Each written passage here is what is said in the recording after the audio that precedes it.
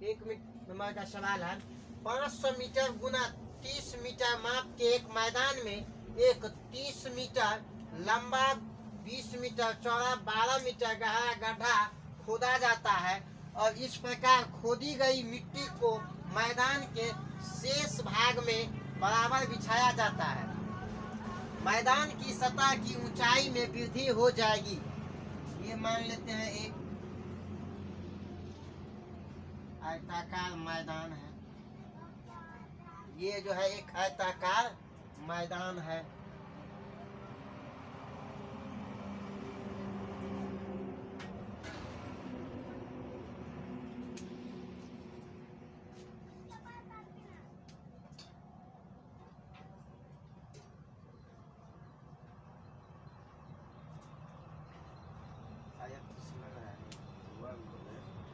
आयताकार मैदान है।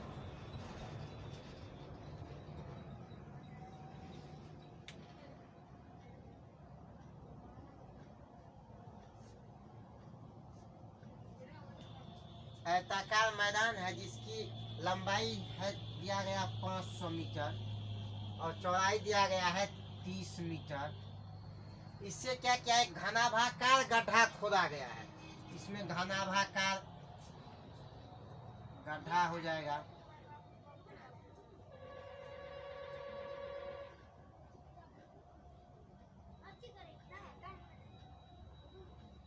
ऐसा गड्ढा इससे खोदा गया है जिसका लंबाई दिया गया है 30 मीटर, चौड़ाई दिया गया है 20 मीटर। ये हो जाएगा इसका चौड़ाई दिया गया है 20 मीटर और ये हो जाएगा ऊंचाई दिया गया है 12 मीटर।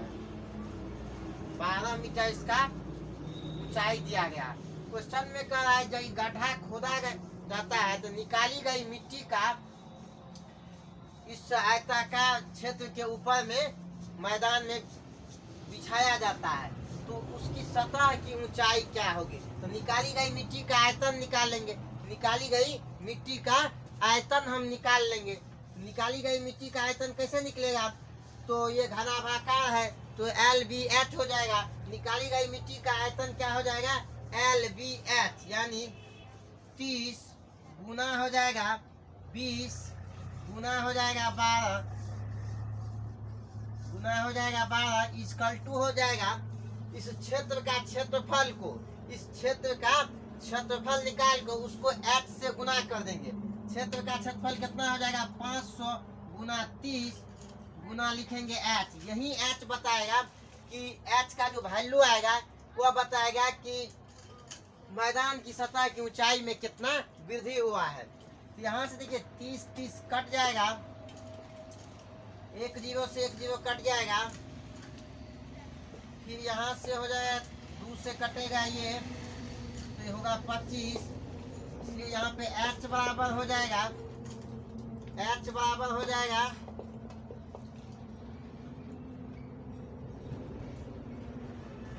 H बराबर हो जाएगा यहाँ पे 12 बटे होगा 25। ये हो जाएगा 0.25 चौक 100 25 8 200 0.48। ये लगभग वैल्यू कितना होगा 0.5 मीटर।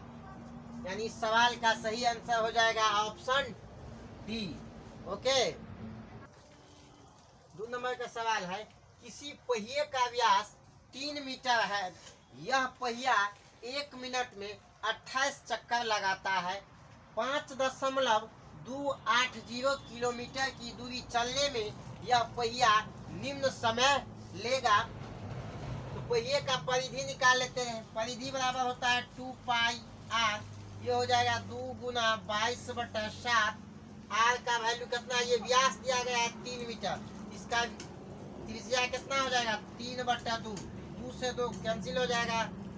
ये कितना हो जाएगा 66/7 मीटर है। 66/7 मीटर हो जाएगा। यहाँ पे हमको दूरी दिया गया है किलोमीटर में तो इसको भी क्या करते हैं किलोमीटर में बदल लेते हैं। इसको किलोमीटर में बदलने के लिए 1000 से भाग देना पड़ेगा। यानी ये हो जाएगा 66/7 पर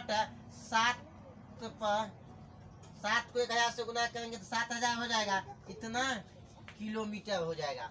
अब यहाँ पे देखिए पहिए का परिधि है कितना 66/7000 और दूरी दिया गया है कितना 5.280 किलोमीटर। तो चक्करों की संख्या हमको मालूम चल जाएगा, अगर इसमें इससे भाग देंगे तो चक्करों की संख्या बराबर चक्करों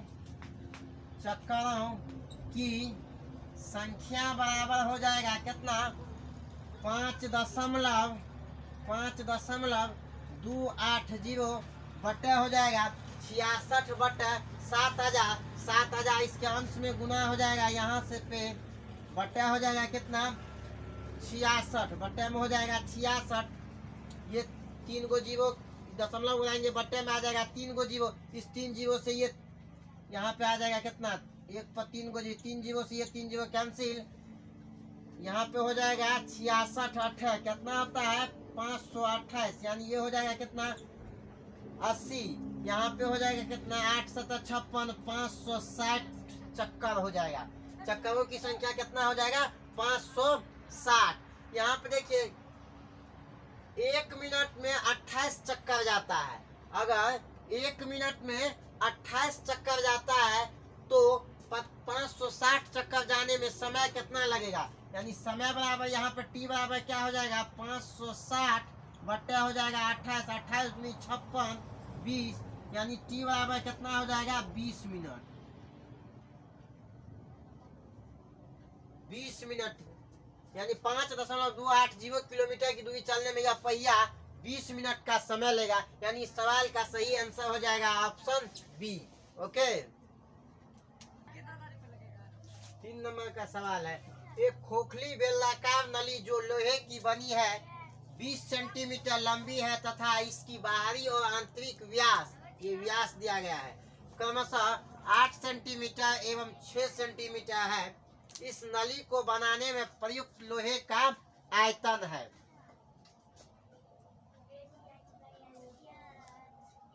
ऐसा और ऐसा एक बेलनाकार, फिर क्या किया गया है इसी को बढ़ा के ऐसा बनाया गया है, यहाँ भी इसी को बढ़ा के ऐसा बनाया गया है।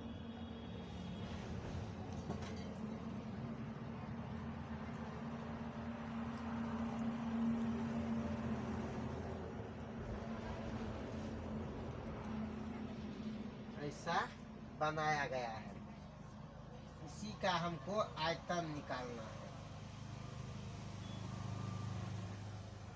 इसका लंबाई दिया गया है 20 सेंटीमीटर, लंबाई है 20 सेंटीमीटर।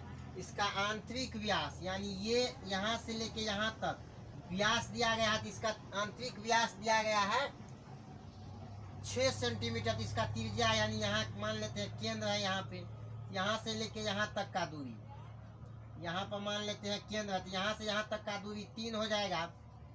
फिर कह रहा है बाहरी व्यास भी दिया गया है, यानी यहाँ से लेके यहाँ तक का दूरी, यहाँ से यहाँ तक का दूरी कितना हो जाएगा, यहाँ से लेके यहाँ तक का दूरी 8 सेंटीमीटर, तो यहाँ से यहाँ तक का दूरी यानी त्रिज्या हो जाएगा कितना 4 सेंटीमीटर।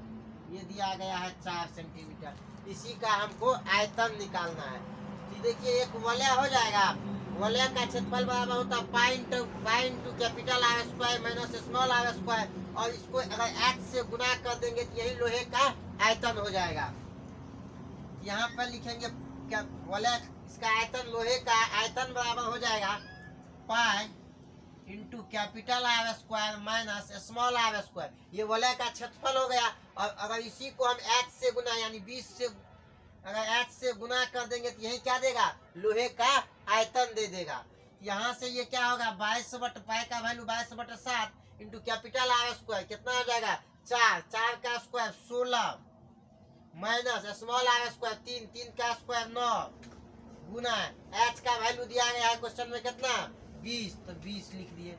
यहाँ से देखिए क्या होगा 22/7 गुना 9 7 16 7 गुना 20, 7 से 7 कैंसिल हो जाएगा, ये कितना हो गया 22 गुना 44 440 सेंटीमीटर क्यूब। 400 लोहे का आयतन हो जाएगा 440 सेंटीमीटर क्यूब, यानी इस सवाल का सही आंसर हो जाएगा ऑप्शन सी।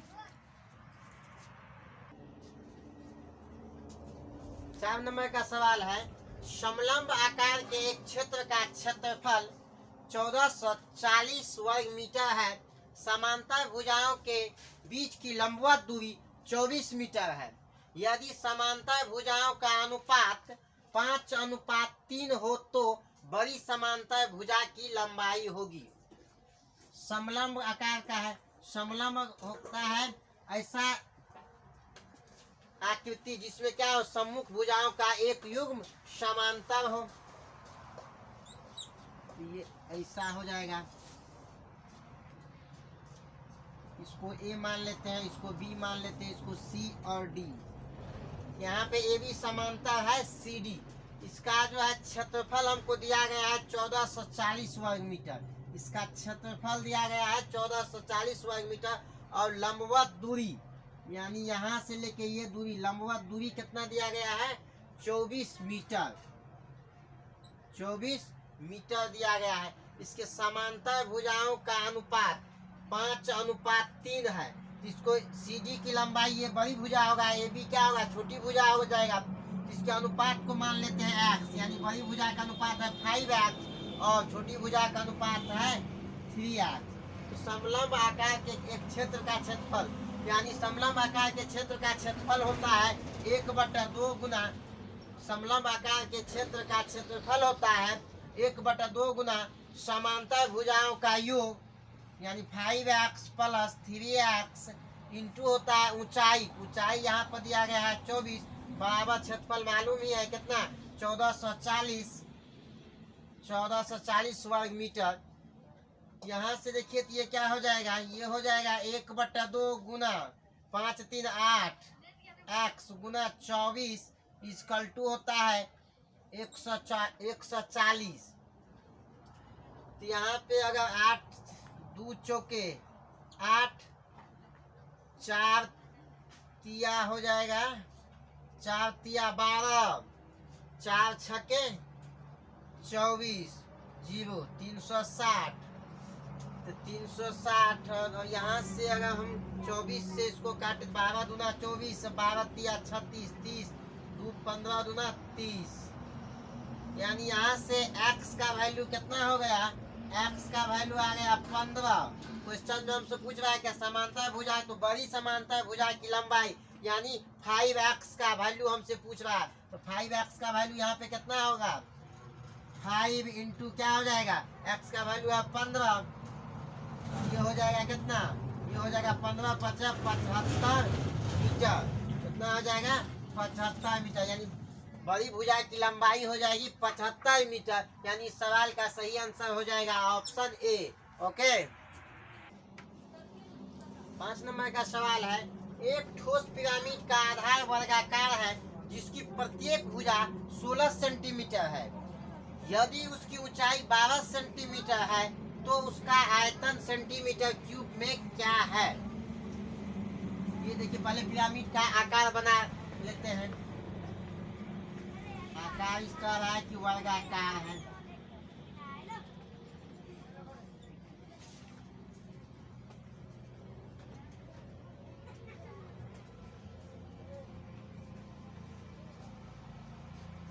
ये हुआ।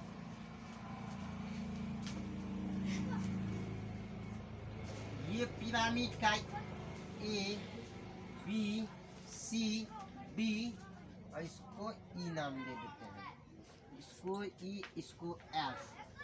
यहाँ ए बी सी डी जो ये ए E B C D A जो एक पिरामिड है, इसमें आधार हो जाएगा ए बी सी डी।